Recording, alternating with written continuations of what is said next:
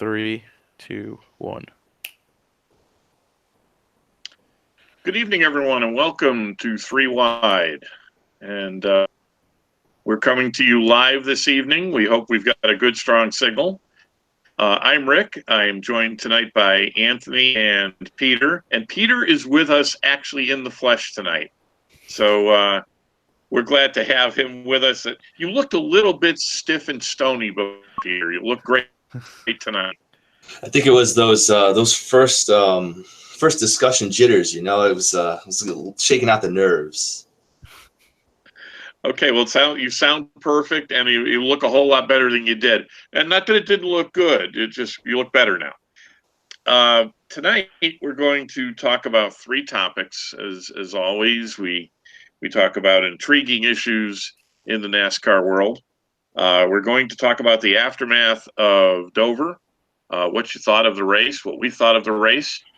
We'll talk about the rules package, what we thought about the rules package, how it's working out, how it affected the racing in Dover, and where we think it's going to go over the next several weeks. And we're also going to talk about the commentary as a result of the race at Dover that's centered on the rules package. We're going to take a look at three individuals who weighed in on the issue of racing at Dover and the rules package, and we'll give you our insight as to what we thought about the comments that were made. So to kick it off, we're going to talk about the racing at what I think is one of the most exciting tracks on the circuit, Dover. And we're going to start with you, Peter, tonight. Give us a little thought on what you saw yesterday and what you made of it.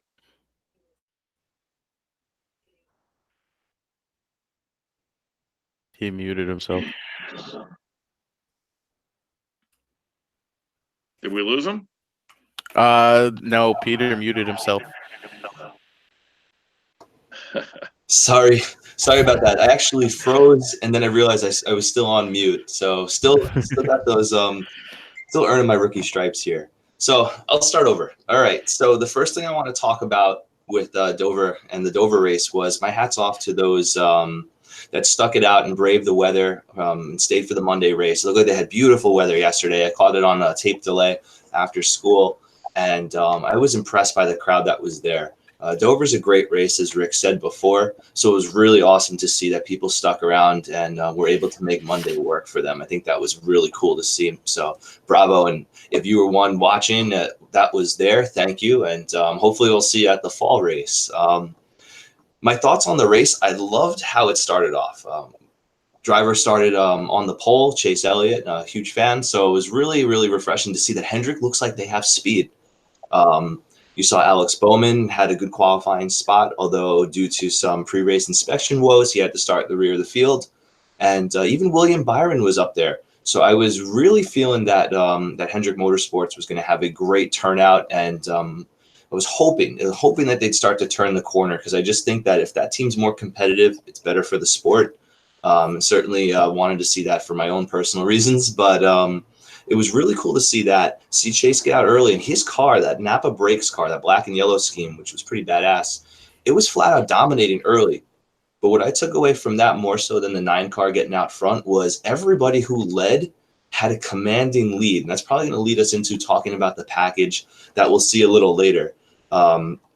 Every car that got out front, until they caught lap traffic, if that lap traffic was in the lane, to my understanding and what I was watching, it seemed that they couldn't really break away. And then once they got that clean traffic and free smooth sailing, then you started to see that lead really extending and growing towards the latter parts of the race with our ultimate race winner, Martin Truex Jr. So all in all, I thought it was a great race. I thought you saw competitive racing all throughout the track. Seemed like the cars were handling at a ridiculous speed, which was really cool to watch. I want to see these cars go fast around the track. I'm watching auto racing, so it was really awesome to see them. It looked like they were on the edge, but it also looked like they were racing really strong. So I had a great time watching the race. I know we'll dive into that package a little bit in the future, so I'm looking forward to see what you guys thought about it as well. Anthony, the thing that struck me yesterday was, as Peter picked up on, just the great crowd that stuck around Usually you don't see that on a Monday. I'm thinking back to the first race that Martin Truex Jr. actually won there several years ago, and it was run on a Monday, and probably a fraction of the crowd that they saw yesterday. So, from your perspective, tell us what you saw yesterday. Tell us what you liked, and then we'll dive right into the package. Okay. I do have to mirror Peter's sentiments on the attendance that we saw yesterday. It was really great to see that some of the fans stuck around. Most of the fans, what it looked like, stuck around, waited out the bad weather, knew that the forecast for Monday was going to be the complete opposite of what they'd experienced for a majority of the weekend. I think that the other way to look at that also is you got to look at the type of product that Dover's been putting on the schedule the last few years in particular. It always seems to have that lull, just like most of the races do, where you're going to have a driver stretch out a sizable lead.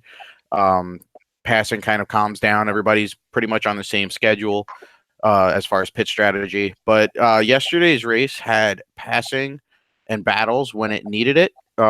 At the end of stage 2, I can't remember, at least in the last 10 to 11 races of just the season alone, and more exciting scuffle, not necessarily to win the stage, but that battle from 2nd through 5th was a very, very tight battle.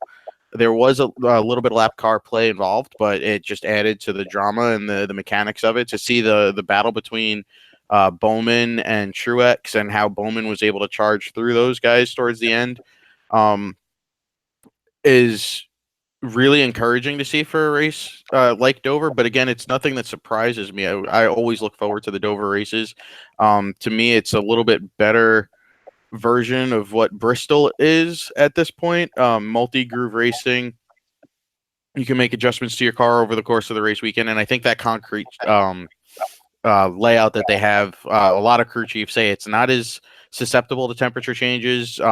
It, for some reason, lays down rubber a lot quicker than asphalt, and it also doesn't have that dynamic you see over the course of another 400-mile race at a track like Charlotte or Texas, where you have to, the way that Todd Gordon, Joey Logano's crew chief, described it before the race, was you don't have to anticipate the track changes. You know that they're going to be minimalistic. So it's more of how do you get your car right to finish off the day than, okay, what is it? What's the track going to do that we need to adjust to? The race towards the end, I do know, everybody saw Truex stretched out a lead. But I think that's just, look, Truex is finding his groove. For the first 9 races before Richmond, I think he led a total of something like 15 laps. No stage wins, even in Richmond, no stage wins, but he led a lot towards the end. In the last 3 races, I think he's led close to 200 some odd laps. I wouldn't be surprised to see Martin Truex Jr. and Cole Pearn go on a run, bang out a few. I could see them going to Kansas, having repeat success at Kansas. Charlotte, they're always strong at. But again, it's a package where if you have the setup, and I think it showed yesterday, if you have the setup, you can pass. If you have a car that could run up high and run down low, we saw it with Bowman. He wasn't strong down low, but if he needed to go low to pass some cars, he was able to do it. We saw the same thing with Chase. We saw it with Martin. We saw it with all the top 5. So I think it's encouraging. I think this is also a bigger argument for going away from the 1.5 miles. I think this is what the package is tailored for. Peter, Anthony kind of started discussing a little bit about the package itself. Your thoughts on how it's worked out? We've had it for a couple of weeks now. The racing, obviously, at Talladega was fantastic, and I thought the racing yesterday was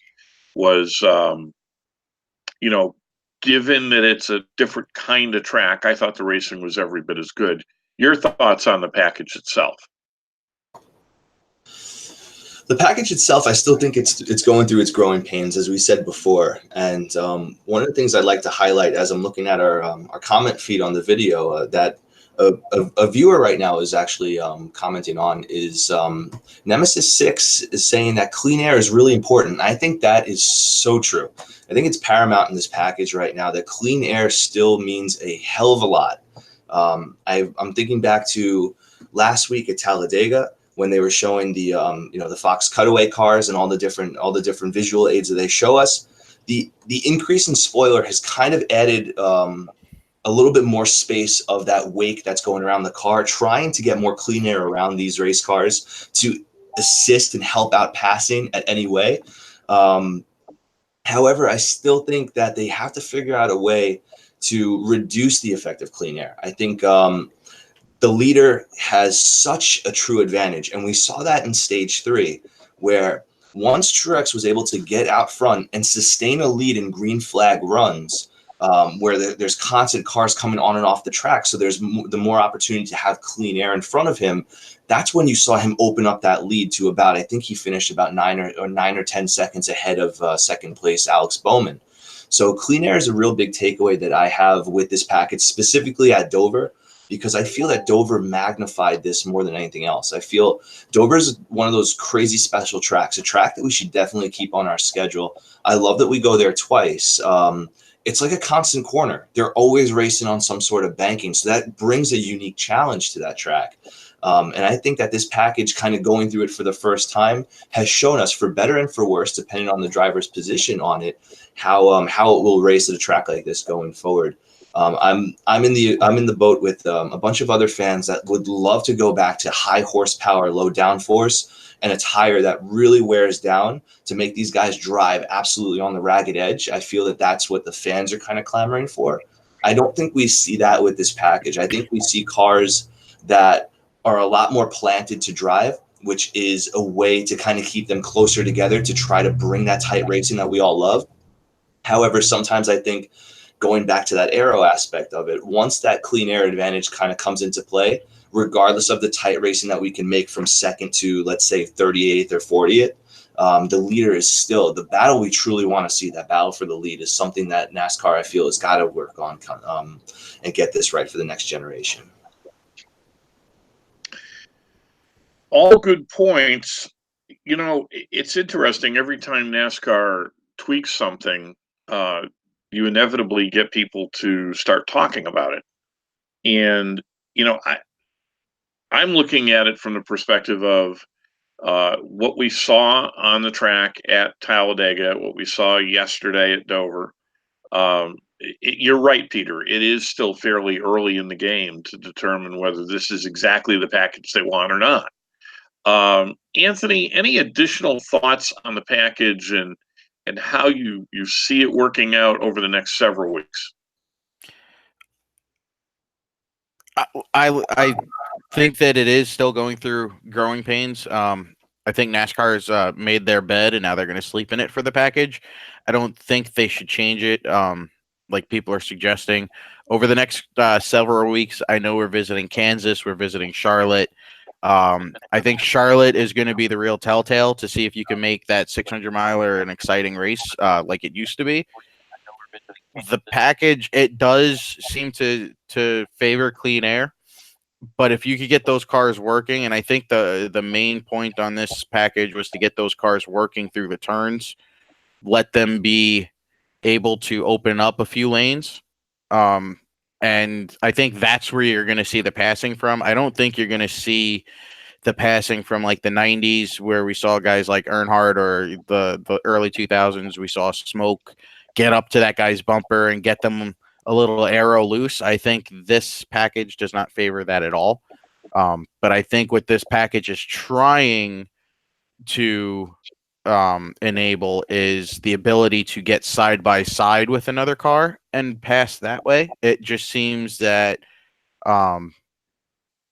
for whatever reason, teams haven't been able to do that yet. Whether or not it's just one team every weekend is just light years above the rest, I don't necessarily know. But this package also isn't one that I think was designed to keep the pack from positions 1 through 38 tight. I think this was a package that was kind of hoping to keep 1 through 5 tight, or just to have some kind of battles to keep the fans in the stands for the most part.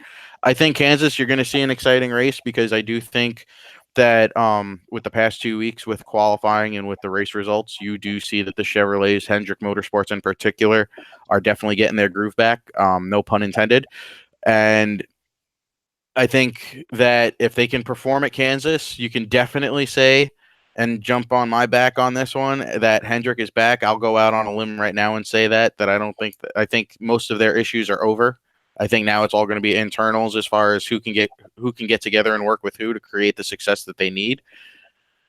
Charlotte will be a big test coming up on how this package is. If this is another one of those races that we saw in 2016 where Martin Truex just ran away with it, or anybody runs away with the race and nobody can seem to even catch them, I think it's going to put a big dampener and a big sore on the package. But this is something I think NASCAR needs to just take this year and learn from it and use it for Gen 7. I think a big reason why they went to this kind of aero package was because they're anticipating the change to Gen 7 in 2021. And this is, I think, a huge, just big test for it. I wouldn't be surprised if next year we see another huge swing taken. And then maybe in 2021 for Gen 7, we see a little happy medium between the two. You know, Anthony, you raised a really good point, and I know this makes the folks at Chase Elliott Nation happy. It obviously makes all of those of us that are bow tie fans happy. You talk about the resurgence of Hendrick Motorsports. Yesterday, they finished 2nd, 5th, 8th, and 14th. That is a tremendous showing by them, given where we were just a season ago and even earlier this season. Peter, before we get comments that have been made about the package as a result of the racing at Dover, your thoughts on Hendrick Motorsports and Chevrolet in general with their resurgence? We talked about it after Talladega, and I think we are indeed starting to see a trend. Your thoughts on it?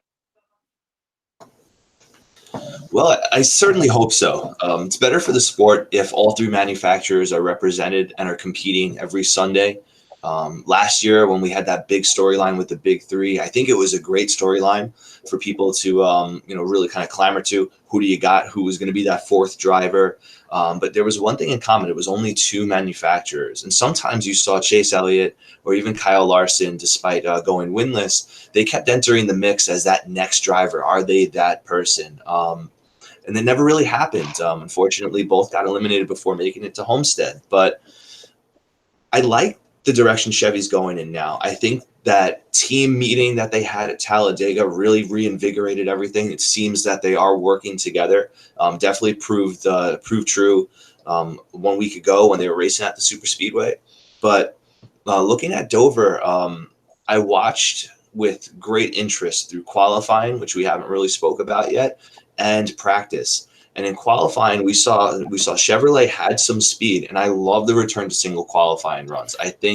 I understand the group qualifying was a little bit more theatrical and it was a bit more of a show, but I think going back to single car runs, it gets away from that gimmick of who's going to go first and try to get that ultimate toe to get the pole. I think it goes back to who's built the fastest car and who can hold that fastest car in the groove and go and essentially go the fastest, which is why we're qualifying to begin with. Seeing Chevrolet have speed in single car runs was awesome to see because I think they've always had it. I think that their center of the corner speed, especially when they're in traffic, is where they were truly lacking. And I think that hurt them big time in group qualifying runs.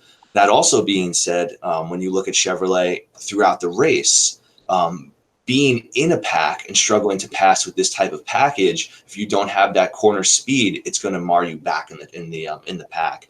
I think that's what we saw all throughout the first part. Getting that early track position has been so key, and we saw it this weekend. They were able to start up front, race up front, and then consistently finish up front. That being said, though, there's somebody who is on my complete panic radar, and that's the 48 car. All right, Jimmy Johnson, great driver, 7-time champion, somebody on the high on the list of all-time wins, and is completely driving uncharacteristically, just not himself. And at his best track in final practice, he was fastest. And I'm thinking he's got a pole this year. He's had some speed in practice, and now he's leading final practice. I believe that this could be the shot. I think a lot of people did too, that Jimmy would be a guy that's going to be in the mix all day long. Early on in the race, I saw he got into it with Denny Hamlin. I don't think it was any major damage, but after that, outside of just staying out on a long green flag run, I never saw the 48 car again on screen in any moment that was worth, a top 10 position. Like I said before, that's at my panic radar with Jimmy. I am really concerned with his ability or the team's performance. I know they got a new crew chief. I know they're still trying to figure out the package like everybody else, but this is a 7-time champion. Chevrolet, if they're on the uptick, and I'm going to be watching Kansas with great intensity to make sure that they can consistently keep this momentum that they got in these last 2 races. I think Kansas is the big test because it is a track very similar to some of the tracks we will continuously see throughout the season. So if Chevy has speed there, I feel really good about going to the 600 because the All-Star race obviously will have a new package. So the big thing for me is if they can have speed at Kansas, I think Chevy's on the right path. But outside of their path, I'm scared for the 48. It is very hard when you see, and we talked a little bit about this offline in terms of it's very difficult to see a champion into the kind of mode where perhaps their days as a top flight performer are starting to diminish very quickly. You see it in every sport, and it's sad. But I can't help but wonder with the resurgence, and you always live in the what if. I wonder with just the rediscovery of speed now, rediscovery of how this package actually works, how to make it work the best. What would have happened if they just left Chad with them? Might it have made a difference? Look at the turnaround that they have. So look at the turnaround that Chad's had with William Byron so far. They did talk a little bit towards it seemed like to me it was towards the beginning of the race that it seems like Chad, and I think it was Jeff that said it in the broadcast, it seems like Chad's kind of put William to do a little bit of homework for the few weeks leading up to a particular race. They made a comment something to the effect of Chad's had Williams studying Dover for the last 2 weeks and how to find some speed in there.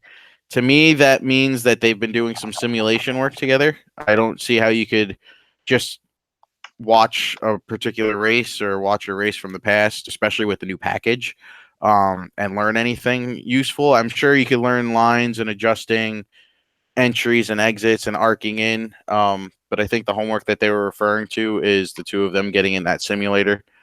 We know that with the iRacing software that they use, the 2019 package is fully developed and integrated into that simulator at this point. I do wonder what would happen with Chad and Jimmy. But the other thing that was kind of like oh wow, that could happen moment is on the way home yesterday after the race, listening on NASCAR radio. I wasn't at the race. I was on my way home watching the race somewhere. And I don't remember which broadcaster it was that said it, but they said, don't doubt that Jimmy's ever lost his talent. Don't doubt that Jimmy's ever lost his drive to succeed. But can you kind of, in a way, sort of doubt that he's lost his ability to adapt? Because if you look at the spectrum of his 7 championships and the changes that the sport has gone through, and a lot of people joke that a lot of the changes were because of Jimmy and his dominance. We all have the speculation that that's why they changed the point system. That's why they introduced stages. And to an extent, Jimmy had some fun with that on social media. But can you almost start to think that because this has been such a drastic change the last season and a half, can you kind of say that maybe he's lost his ability to adapt to a new car? That's a great point. Peter, Why don't you pick up on that one? I know you've followed the career of the 48 pretty much from the beginning. Um, any thoughts on, his or alternately, were all the adaptations the work of a genius like Chad Knaus?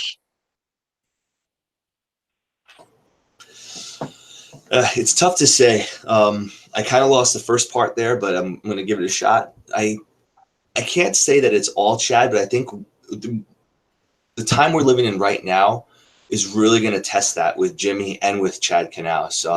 Does the 24 start to show the speed that the 9 and now in the last 2 weeks the 88 has shown at Hendrick Motorsports? Does the 24 start to take off with the talent of William Byron? And he is immensely talented. I mean, he was a few races and a point series away from crowning himself as a truck champion, and then he is an Xfinity champion as well in his own right. So there is talent to be had there. I think if you see Chad and William go on a tear and Jimmy continue this path that he's on, I think Rick's points are really going to kind of weigh heavily, where people start to think that, you know what, maybe it was more Chad setting up the cars the right way and Hendrick having the performance and dominance through that era that really, really outshined Jimmy's driving ability. I hope not. I think Jimmy is one heck of a wheel man.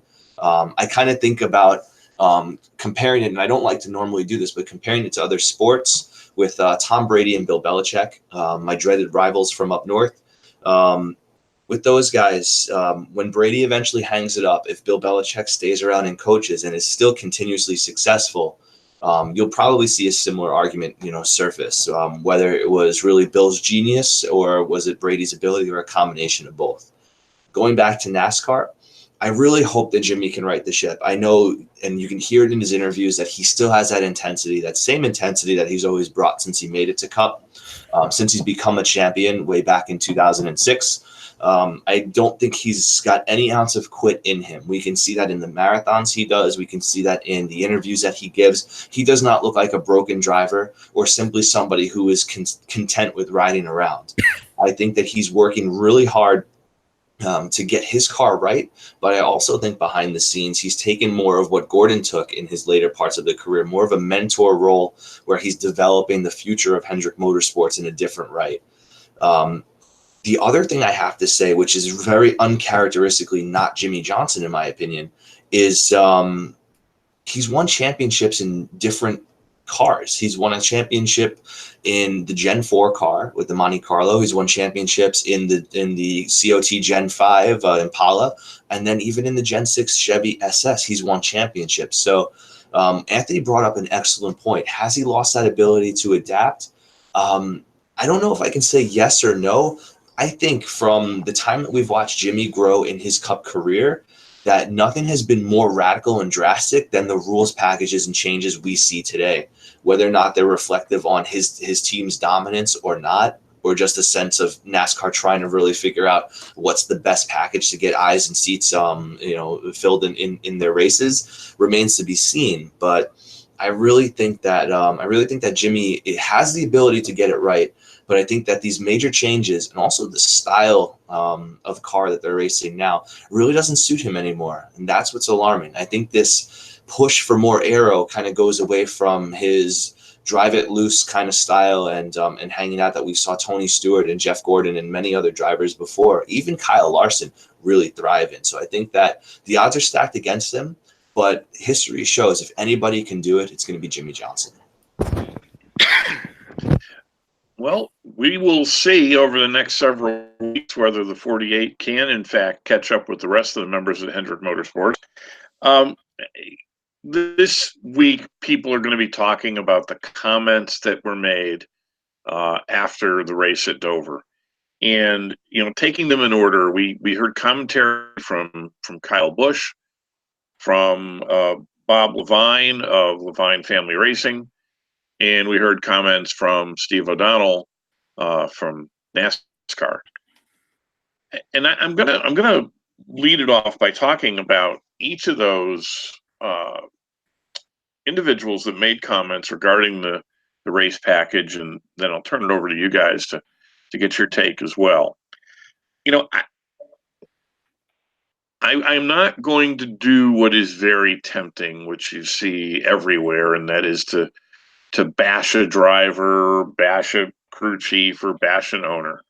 But I will say this: Kyle Busch is a NASCAR champion.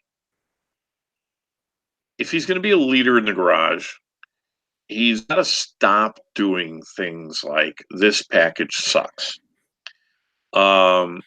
You know, there is a line. You know, if you really want a voice in the garage, you know, a credible voice in the garage, you can say, I don't think this is going to work, and here's why. You can say, here's what I would do to tweak it. But to just come out and say it sucks, it kind of sounds like the sour grapes of someone who didn't win yesterday. And that's, you know, we've had other talk show hosts talk about that very topic, that, you know, it's kind of hard. It's kind of hard to make the argument that the package is so bad when a teammate right next door to him won the race. So, you know, I think we need to see more out of Kyle Busch. You know, when you see the comments that he made, that's why NASCAR universe has a significant number of fans that simply don't like him. It's because of that kind of attitude. Bob Leavine, and now I want to be careful how I say this.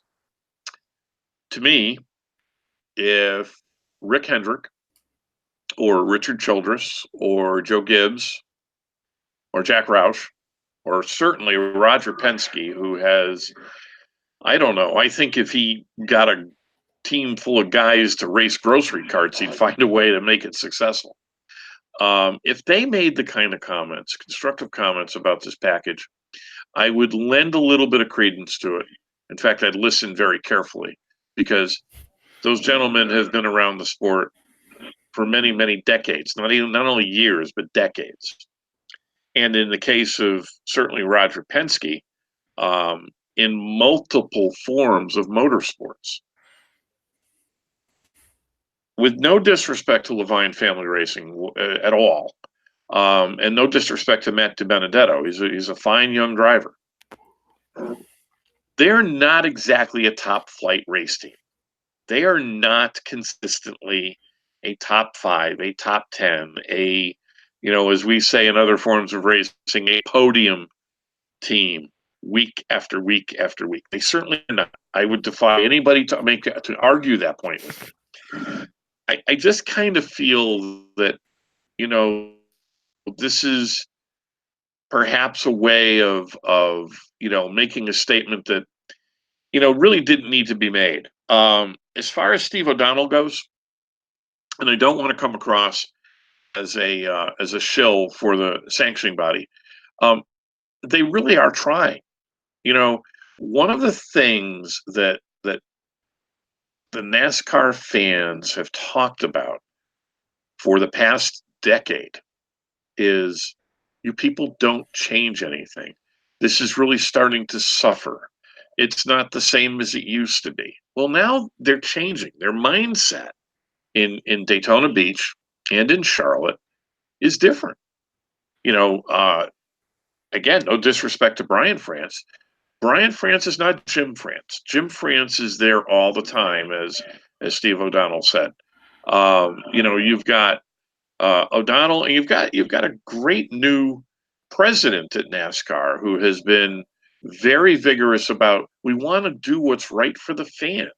So, as I've told you folks on this channel before, take it to the bank when Steve Phelps says, we're going to do what's right for the fans, we want to bring you the best product we can.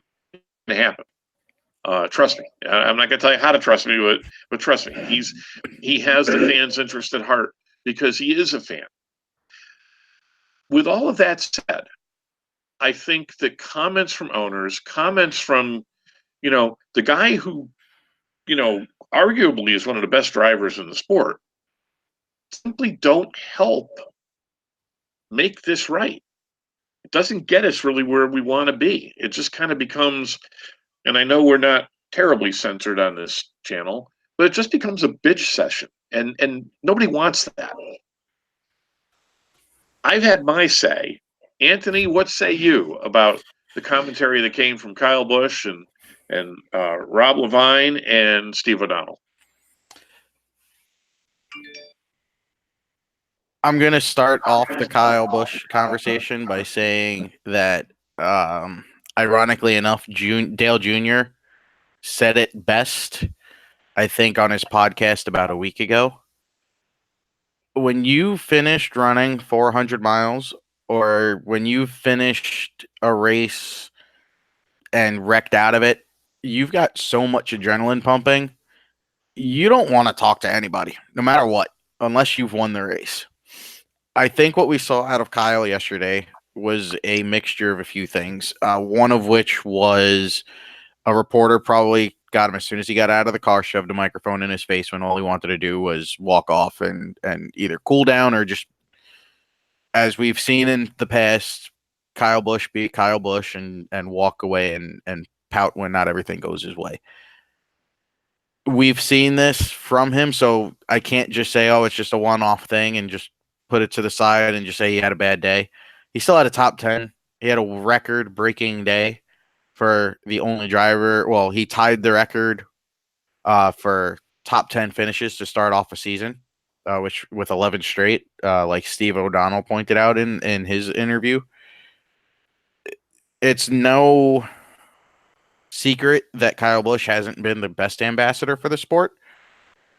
Would he have been better off just saying we had a bad day and go politically correct? Yes, but that's not who Kyle Busch is. So it didn't really surprise me that he said it. But the first thought that came into my mind when I read those comments was, and like Dave Moody said on Twitter, in other words, he didn't win. He wasn't happy.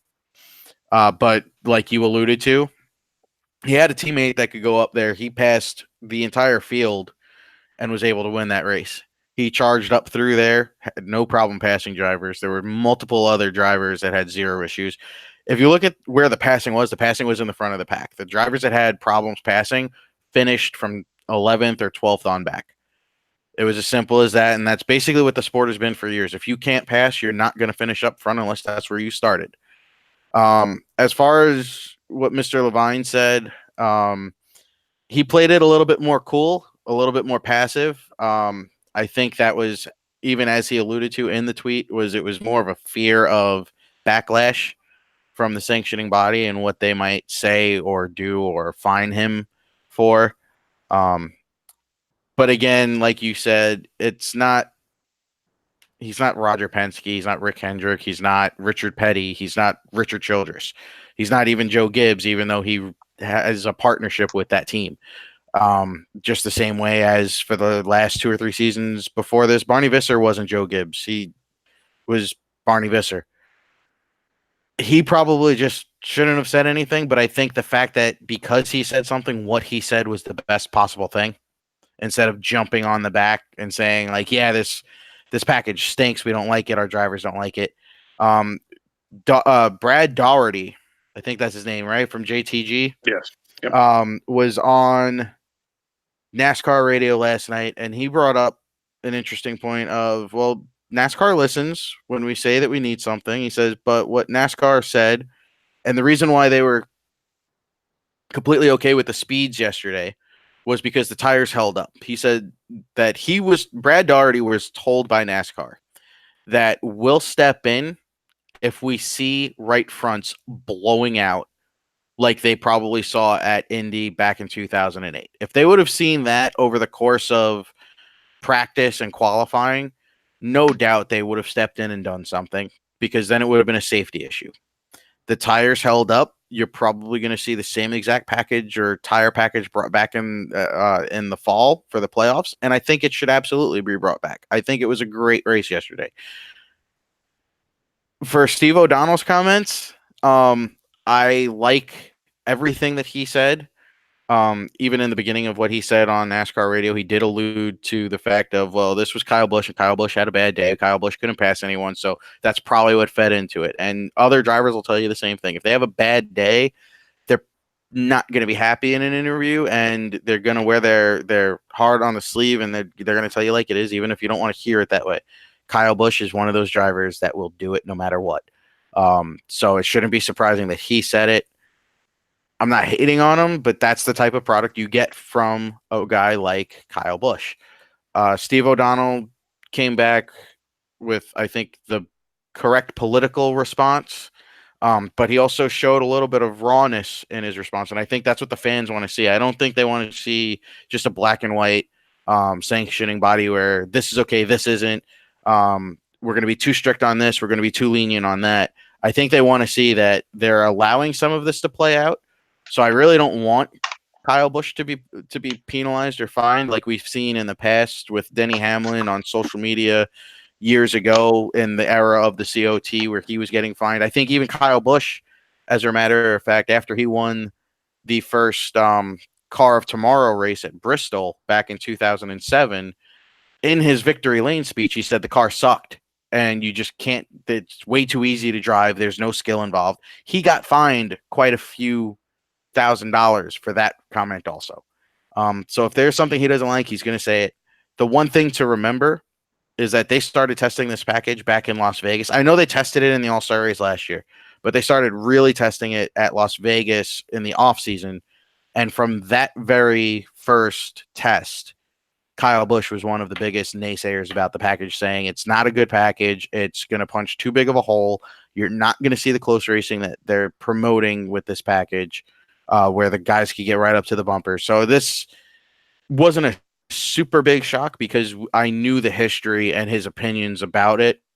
I think it was just a boiling point of this was his weakest race of the year.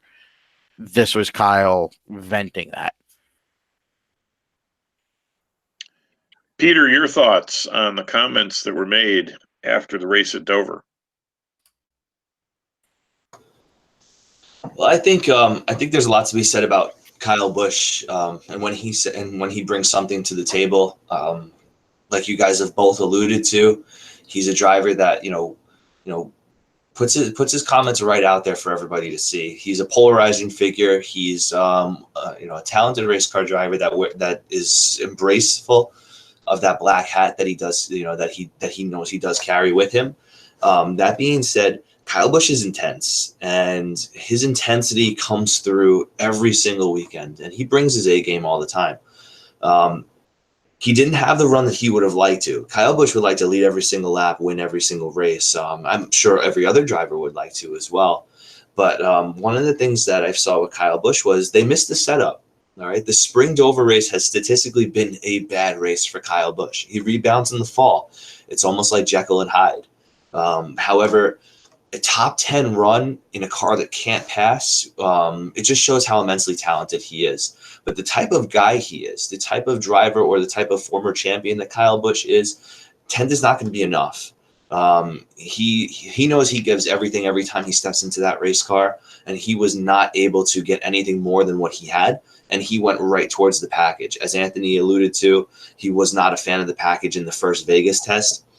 So this was one of those races that kind of reaffirms that. He's going to stand pat and be against it because he didn't like it to begin with. So he's sticking to his guns. He's like, listen, you wanted to create tight racing with passing. We can't pass. So by default, he's going to hate the package. I think that's where his comments come from. I know you guys understand that as well. However, as somebody who's a champion of the sport, you should be expected to carry yourselves in a different way. And one thing I want to highlight, just to kind of go off on a very, very brief tangent, is our current champion of the sport. You guys both alluded to this. Joey Logano, during the rainout, went into the fans, into the grandstands, and signed for people that were there, thanking them for their turnout, taking pictures. That's the kind of champion we want to see. Do we want to see a brass champion undermine NASCAR? I would say most likely not. We love the intensity. We love the emotion. But in a time where we all know they're trying to get this package right, this rules, this car right for the future, we know there's going to be growing pains. Maybe his comments in that mindset, maybe his comments are appropriate because somebody has to stand up and say, hey, this is really bad, to get somebody to take a second look at it, to make sure we're going in the right direction. However, I do still think that he went about it the wrong way. I applaud NASCAR and more specifically Steve O'Donnell for responding to that, understanding that these are competitors, these are drivers, it's a sport. And at the end of the day, he didn't win. Had he had won, maybe his comments would have been different. Maybe we'd be talking about somebody else who's got these very same comments. But what I really want to talk about is Bob Levine's, okay? His comments are the most interesting to me. Even though Kyle Busch used profanity, and that's probably the most polarizing comment that's out there, Bob Levine's comments are the ones that stand out the most, because going back to that Vegas test, even going back to the All-Star race, this new package was supposed to be this great equalizer. It was going to be the thing that truly brought the competition tighter together, created more opportunities for passing and close racing, and really gave the little guys or the lesser tier teams a shot at maybe possibly even winning a race. That's how I remember it being marketed to us, especially at the All-Star race and all through the Vegas preseason Thunder testing, was that they would get this package so there's a much more competitive field. I still don't see that, okay? We've said it before. Up until Chase Elliott's victory, only 2 teams in NASCAR have won races. And that's Team Penske and Joe Gibbs Racing, okay? They haven't been 2 drivers. There's been a multitude of drivers from either organization that has won races, but I don't think we see this competitive package that we really heard of, and that's probably why Levine's statements kind of rung true, and he brought it to the table. He's probably more upset that his team, a team similar to JTG or any of those lesser tier teams, really still don't have a shot.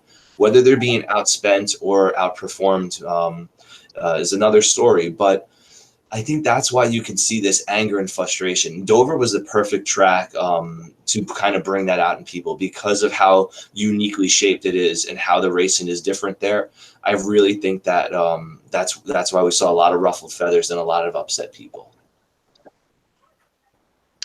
Anthony, any other thoughts on this? Peter, you raised some great points.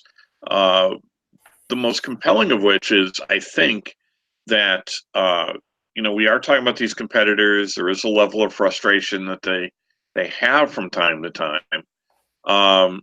Anthony, any other thoughts on what we've heard over the past day and a half? No, I think what Peter alluded to is actually kind of the point that I was going to make, is that you don't hear rarely ever, with the exception of maybe the last year, just because of the Chevy lack of speed. Last year, you did hear rumblings between RCR and Hendrick, but you don't hear much about driver or team owners complain about the packages. You hear it from the drivers, and that's something I was shocked to hear from Mr. Levine, because usually it seems like the team owners kind of stay out of that. He is a member of the Race Team Alliance, if I'm not mistaken, so normally they handle that kind of issue internally.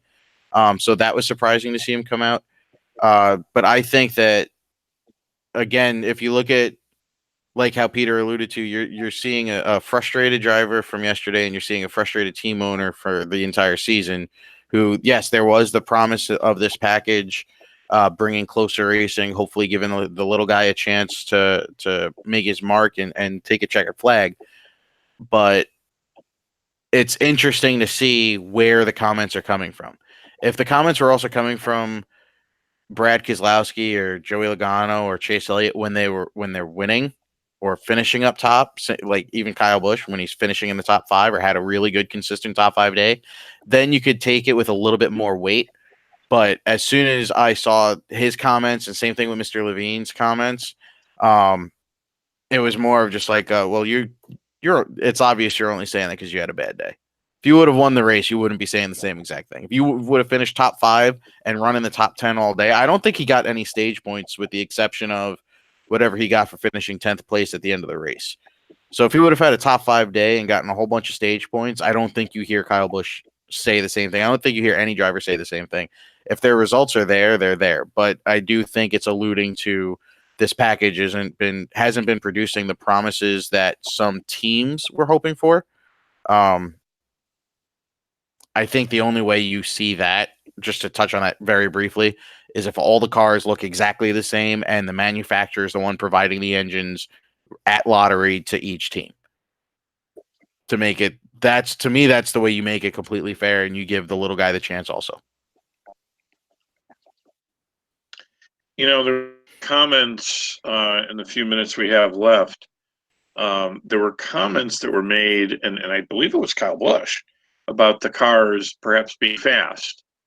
You know, to me, that's almost laughable. I mean, you are, and Steve O'Donnell said this, and you know, we've said it on this channel. With no disrespect to the Indy drivers, the F1 drivers, you know, the guys that drive modifieds, any other form of motorsports, the NASCAR drivers are generally thought to be the best drivers in the world. You know, they have this, you know, 3,000-pound piece of iron that they've got to navigate, you know, for 400 or 500 miles under a lot of different conditions. They are the elite. And I kind of laugh when I hear the drivers say, well, I think the car is going to be too fast. Isn't that the objective? Anthony, your thoughts on that kind of dialogue when we hear it?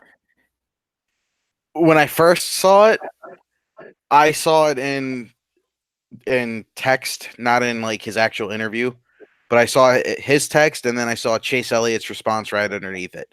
And Kyle Busch said, the cars are going too fast. And then Chase said, in response to what Kyle said, well, I'm paid to go fast, so I'm going to go fast. And in my head, yeah, that's it. But then it got me thinking, I want to know what he meant by that. I wonder if I don't think, look, Kyle Busch, like we've said time and time again, one of the most talented on the track. He's got the greatest talent out there right now. He's got an amazing team behind him. He's a pure race car driver. I think it might have been taken a little out of context what he said. I don't think he meant like, oh, I'm scared because the cars are too fast. I think what he might have been alluding to maybe was some type of safety factor. That's what I like to think. I really would have loved for him to expand on what he said just to see exactly what his thought was for saying that. I think that's kind of what he was alluding to. Because when he said that, I thought back like, well, you got to think back like 30 years ago when they were racing around Dover. The speeds were an average of 140 miles an hour around the track. And then 10 years later, it went up to 150. So you had the same increase. The cars get faster. The cars haven't gotten slower around any of these tracks. Even Brad Daugherty and Rusty Wallace on NASCAR Radio said when we went to Bristol a few years ago and guys started pulling 14-second laps around the track, all the drivers thought that was super fast and that was going to lead to some really nasty tire blowouts. Now they're doing like 13 seconds around the track on qualifying and on fresh tires. The cars are only getting faster. I think it was more of an issue or concern with safety, which I can understand completely. Every driver in motorsports has that concern. But when he said that, I had my typical response inside of my head saying, oh, well, you got no balls. Just like 95% of the people that saw that quote thought. But then when you really think about it, the cars have always gotten faster. So I think that he's not that naive. And I really just would have loved to know exactly what he meant by that, because he kind of just left it at that. He's like, the cars are too fast. This is too dangerous. I don't think he meant dangerous with the speed. I think he was hoping that the tires weren't going to give out, just like Daugherty alluded to when he asked NASCAR. I would have loved to see what he had to say further. I wanted more information from what he said. I think we would have learned a lot more from that. Peter, final word on that issue. It is called racing for a reason. Your thoughts? So yeah, just kind of alluding to what Anthony said before, maybe sound a little repetitious here. They're paid to go fast. They're paid to drive what's supposed to be the most difficult form of stock car racing in the United States. So the fact that he made a comment like that was a bit alarming, but I do think I would have liked to have had more, as Anthony said. I think it probably had to do with trying to understand that the race pace is going to be faster than last year's pole record. are the tires going to hold up? Is this going to be something that could be sustained? Will this be a competitive race? And from Kyle's perspective, probably didn't check a lot of boxes off in support of that. So that's really where I see his comments from. Not getting to any other drivers. You hear Darrell Waltrip say it a lot, and I tend to be in agreement with it, where the younger drivers, when they come into the sport, they take more chances. They're more into the risk and the danger of all of it. And those that have the families who have been veterans for the sport for a long time, they're the ones who seem to be much more proactive into safety and more cautious about the increase of speed as the sport continues to evolve throughout the years. So I think that's kind of where his comments came from, as well as Chase's. I was really pumped up when Chase made those comments, because I felt that he's got a good car. He's coming off some momentum, and he's going to start first now. So there's all good feelings there. We're turning the corner as a Hendrick Motorsports fan, and I'm a fan of NASCAR. It was cool to see. But I certainly can't really blame him there, Kyle Busch being with his comments, because it's still a lot of unknown. I would say I was worried about Bristol with this type of package. I was worried about Martinsville with this type of package, just to see what those were like. I think Dover was the one that was really kind of exciting in its own way, that the speeds just ramped up. It seemed like the increase of that were talked about at Dover more than anywhere else so far. So outside of Talladega, for obvious reasons, with their specific package. But yeah, I mean, I think that's really what it comes down to. I'd like to see how this package continues to evolve. What I'm really looking forward to the most, as NASCAR keeps trying to figure these things out for the future, is how the upgrades, if you want to call them that, the All-Star cars will really affect the racing at a 1.5 mile track like Charlotte.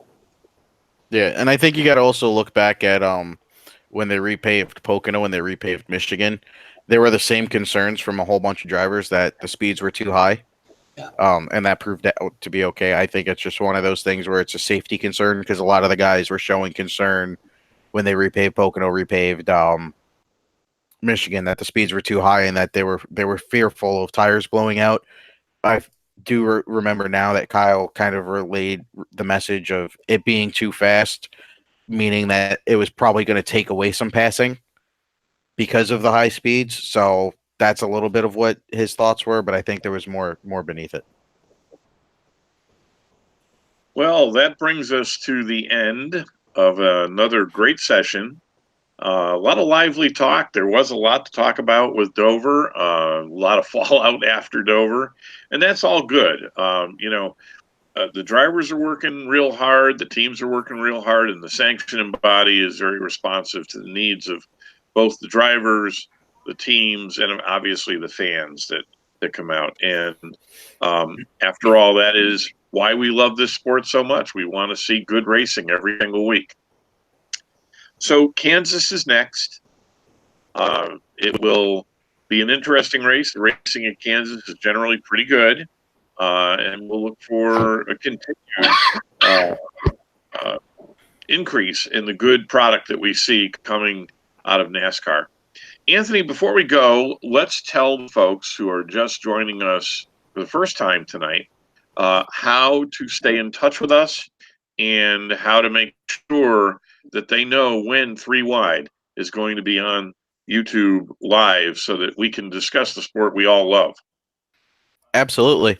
The biggest thing that they can do is hit that subscribe button if they come across our page and like the content that we're putting out. Aside from the subscribe button, if you want to receive instant notifications of when we go live, when we schedule a live broadcast, when we upload a new video, make a major announcement, by hitting that bell icon next to the subscribe button, you'll get an instant email notification, as well as a notification to whatever type of YouTube application or web page that you use. And then other than that, just stay active in the comments. Give us feedback on the videos, questions we can gather and compile to future Q&A. And by the All-Star race, there will be a 3 Wide Twitter page posted to get more up-to-date and more instant responses and information as far as when our channel and where our channel will be. All right, great news. Now, we're looking up at the clock and we're looking up at the tower, and I'm going to look out the window here because where I am, Yes. The spotter is looking at us running around this track, and this past week it was a mile track, so we all love those shorter tracks. Remember, until that spotter tells you that you are clear. You are 3 wide. So, for Anthony, for Peter, I'm Rick. Have a great evening, everybody, and we will see you after Kansas. Good night, everybody. Take care. Good night. Take care, guys.